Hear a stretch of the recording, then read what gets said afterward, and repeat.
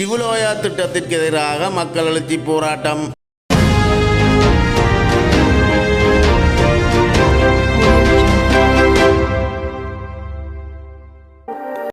அரசின் கிவுலோயா திட்டத்திற்கு எதிராக இன்றைய தினம் வவுனியா நெடுங்கேணியில் பாரிய மக்கள் போராட்டம் ஒன்று இடம்பெற்றது. இந்த போராட்டத்தில் பெருமளவு மக்கள் பங்கேற்றிருந்தமையும் குறிப்பிடத்தக்கது. வவுனியா வடக்கு, வவுனியா வடக்கு, வவுனியா வடக்கு.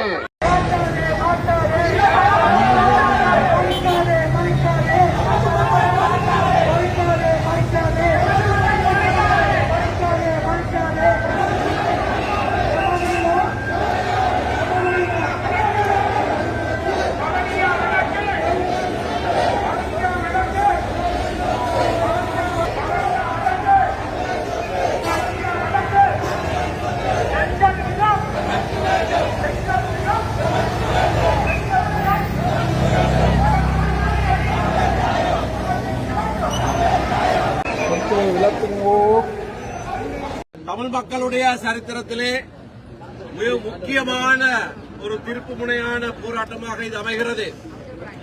ஏனென்றால் பல தசாப்தங்களுக்கு முன்னராகவே தயாரிக்கப்பட்ட இந்த இடப்பரம்பலை மாற்றுகிற இந்த திட்டம் இப்பொழுது நடைமுறைக்கு கொண்டு வரப்படுகிறது.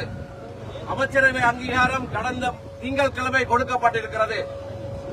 பல தசாப்தங்களுக்கு முன்னர் நீண்ட காலமாக வடக்கிலேயும் கிழக்கிலேயும் இனப்பெரும்பலை மாற்றுகிற திட்டம் அது வெவ்வேறு திரைக்களங்களின் மூலமாக அமல்படுத்தப்பட்டிருப்பது எங்களுக்கு தெரியும். கல்லோயா திட்டத்திலே இருந்து விசேஷமாக கிழக்கின் இனப்பெரும்பல் வெகுவாக பாதிக்கப்பட்டிருக்கிறது.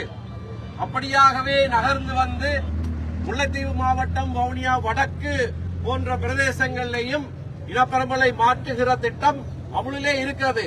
எங்களுக்கு ஏற்கனவே தெரியும், மணலாறு வெளியோயாக மாறிவிட்டது. இப்படியாக பல பல இடங்கள் முழுக்க மாற்றப்பட்டிருக்கிறது. இந்த கிவுலோயா திட்டம் என்பது இந்த பாரிய ஒரு வேலை திட்டத்திலே ஒரு பகுதி. இது கைவிடப்பட்ட திட்டமாக இருந்தாலும் கூட இப்பொழுது மீண்டும் அதற்கு உயிர்ப்பு கொடுக்கப்பட்டிருக்கிறது. அமைச்சரவை அங்கீகாரம் கொடுக்கப்பட்டிருக்கிறது. பணம் ஒதுக்கப்பட்டிருக்கிறது. இந்த வருஷத்துக்கு பணம் ஒதுக்கப்பட்டிருக்கிறது. போதிய அளவு பணத்தை இதற்காக அவர்கள் செலவு செய்ய இருக்கிறார்கள். தமிழ் பிரதேசம் முழுவதும் நீருக்குள்ளே அமிழ்த்தி அதிலே இருந்து வருகிற நீர்ப்பாசனத்தின் மூலமாக ஏற்கனவே குடியேற்றம் செய்யப்பட்ட சிங்கள பிரதேசங்களுக்கு இந்த நீர்ப்பாசன தண்ணீரை கொடுப்பதற்கான திட்டம். அதிலேயும் விசேஷமாக இந்த திட்டத்திலேயே சொல்லப்பட்டிருக்கிறது, புதிய குடியிருப்பாளர்களையும் கொண்டு வந்து அங்கே அமர்த்துவார்கள் என்று. இப்பொழுது இருக்கிற அந்த பிரதேசங்களிலே தமிழ் மக்களை குடியேற்ற முடியாது. ஏனென்றால் அங்கே ஏற்கனவே குடியேற்றப்பட்டவர்கள் 100% சிங்கள மக்கள் குடியேற்றப்பட்டிருக்கிறார்கள். எப்படியானவர்களை எல்லாம் கொண்டு வந்து குடியேற்றினார்கள் என்று எங்களுக்கு தெரியும். தமிழ் மக்களை இந்த வேளையிலே கொண்டு போய் அங்கே குடியேற்றுவது என்பது முற்று முழுதும் அசாத்தியமான ஒரு விடயம். ஆகையினாலே இந்த திட்டத்தை அமுல்படுத்துவது என்பது நீண்ட காலமாக பல்வேறு அரசாங்கங்கள் மாறி மாறி வந்தபோது கொண்டு வரப்பட்ட ஒரு திட்டத்தின் நீட்சியாகத்தான் இது காணப்படுகிறது. இந்த அரசாங்கம் மிக தெளிவாக ஒரு வாக்குறுதியை கொடுத்திருந்தது. அதாவது இனப்பெரும்பலை மாற்றுகிற எந்த அபிவிருத்தி திட்டத்தையும் நாங்கள் அமுல்படுத்த மாட்டோம் என்பதை எழுத்திலே தெளிவாக சொல்லி இருக்கிற அந்த அரசாங்கம் தான் இப்பொழுது அதற்கு உத்தியோகபூர்வ அனுமதியை கொடுத்து அந்த திட்டத்தை நடைமுறைப்படுத்த இருக்கிறார்கள். ஆனபடியினால் தான் இது சரித்திர முக்கியத்துவம் வாய்ந்த ஒரு நிகழ்வு. ஒன்றாக சேர்ந்து தமிழ் மக்கள் அனைவரும் எந்தவித கட்சி பேதமும் இல்லாமல் கட்சிகளை சேராதவர்களும் அரசியலிலே இல்லாதவர்களும் அனைவருமாக சேர்ந்து வடக்கு கிழக்கு தமிழ் மக்கள் எங்களுடைய பூர்வீகத்தை பாதுகாக்கிற இந்த நிகழ்ச்சியிலே இன்றைக்கு ஒன்று சேர்ந்திருக்கிறோம். இந்த செய்தியைத்தான் நாங்கள் இப்பொழுது அரசாங்கத்துக்கு எழுத்து மூலமாக அறிவிக்க இருக்கிறோம். சுதந்திரமடைந்ததற்கு பிற்பாடு தொடர்ச்சியாக சிங்கள குடியேற்றங்கள் என்பது மிக வேகமாக ஏற்படுத்தப்பட்டிருக்கின்றது. இந்த சிங்கள குடியேற்றங்கள் என்பது விவசாய அபிவிருத்தி என்ற பேரிலும் நீர்ப்பாசனம் என்ற பெயரிலும் இந்த சிங்கள குடியேற்றங்கள் தொடர்ச்சியாக வந்து கொண்டிருக்கின்றது.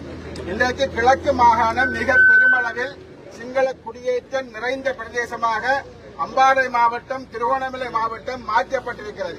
இப்பொழுது மகாவலி என்ற பெயரில் மட்டக்களப்பிலும் இவ்வாறான நடவடிக்கைகள் ஆரம்பிக்கப்பட்டிருக்கிறது. முல்லைத்தீவு, வவுனியா போன்ற மாவட்டங்களில் இவர்கள் 25, அதாவது வடக்கு மாகாணத்தில் 25% சிங்கள மக்களை குடியேற்ற வேண்டும் என்ற ஒரு அரசின் கொள்கை யுத்தத்துக்கு பின்னர் இருக்கிறது. 25% சிங்கள மக்களை குடியேற்றினால்தான் பிற்காலத்தில் இவர்கள் தமிழீழ கோரிக்கையை முன்வைக்க மாட்டார்கள் என்ற ஒரு திட்டம் எல்லா அரசாங்கத்திலும் இருக்கிறது. அதனுடைய ஒரு தொடர்ச்சியாகத்தான் இந்த கிவிலோயா என்று சொல்வது கூட ஏற்கனவே ஜே.ஆர். ஜெயவர்தன அரசாங்கத்திற்கு தெரியும். மகாவலி எல்வலியத்திற்கு மகாவலி தண்ணி வர மாட்டாது என்பது அவர்களுக்கு தெரியும். அப்படி இருந்தும் மகாவலி எல்வலியம் ஏன் கொண்டு வரப்பட்டது என்றால் சிங்கள மக்களை குடியேற்றுவதற்காக கொண்டு வரப்பட்டது. முக்கியமாக சிறைச்சாலைகளில் இருந்தவர்கள் கிரிமினல் கொண்டு குடியேற்றப்பட்டார்கள். இன்றைக்கு அவர்களுக்கு தண்ணீர் தேவை.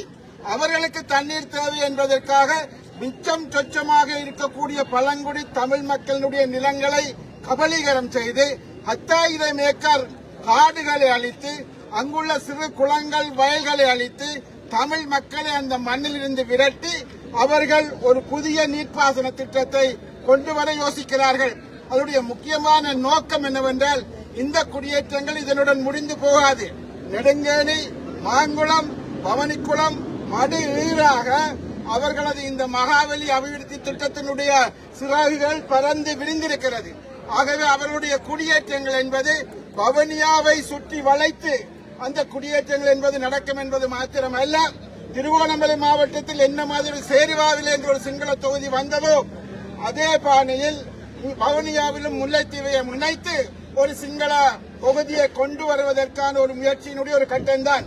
ஆகவே வந்திருக்கக்கூடியவர்கள் சமத்துவம் பேசுவார்கள், இனவாதி இல்லை என்றுவார்கள், மதவாதி இல்லை என்றுவார்கள். ஆனால் செய்கிற அனைத்து விடயங்களும் தமிழ் மக்களுக்கு விரோதமாகவும் ஏனைய மதத்தை சேர்ந்தவர்களுக்கும் விரோதமாகத்தான் நடைபெற்றுக் கொண்டிருக்கிறது. ஆகவே இதனை கட்டுப்படுத்த வேண்டிய, இதனை நிறுத்த வேண்டிய அனைத்து பொறுப்புகளும் முழு தமிழ் மக்களுக்கும் உரித்தானது. இதில் எங்களுக்கு யாருக்கும் எந்த வித்தியாசமும் இல்லாமல் எங்கள் அனைவருக்கும் உரித்தான ஒரு பொறுப்பு. இது நிப்பாட்டப்பட்டால்தான் இந்த மண்ணினுடைய மன்னன் வாழ்ந்த இந்த மண்ணினுடைய இந்த பாதுகாக்க வேண்டுமாக இருந்தால் இவ்வாறான குடியேற்றங்கள் நிறுத்த வேண்டும். இந்த கிளியோயாவுடன் இதற்கு மேலதிகமாக அது உட்பட இது எந்த விதமான குடியேற்றங்களும் அல்லது மகாவலி என்ற பெயரில் யாரும் நுழைவதற்கு நாங்கள் அனுமதிக்க கூடாது. ஆகவே இந்த போராட்டத்தை இந்த அரசாங்கம் புரிந்து கொள்ள வேண்டும். ஏன் நாங்கள் இதை செய்கிறோம் என்பதை புரிந்து கொள்ள வேண்டும். இதற்கு இனவாத முத்திரை தாவி செய்து பூச வேண்டாம். எங்களது காணிகளை, எங்களது வளங்களை நாங்கள் கேட்பதை நீங்கள் இனவாதம் என்று சொல்வதை அரசாங்கம் நிறுத்திக் கொள்ள வேண்டும். நாங்கள் இனவாதிகள் அல்ல, மதவாதிகள் அல்ல. சிங்கள மக்களுடைய பிரதேசங்களை நாங்கள் கேட்கவில்லை. தமிழ் மக்களுக்கு உரித்தான தமிழ் மக்களின் நிலங்களை, தமிழ் மக்களின் குலத்தை, தமிழ் மக்களின் மண்ணை கேட்கிறோம். போராட வந்த அனைவரும் இந்த போராட்டம் இத்துடன் நிறுத்திவிடக் கூடாது. அரசாங்கம் இதை கைவிடும் வரையில் இவை தொடர வேண்டும் என்று கேட்டு விடைபெறுகின்றேன். நன்றி.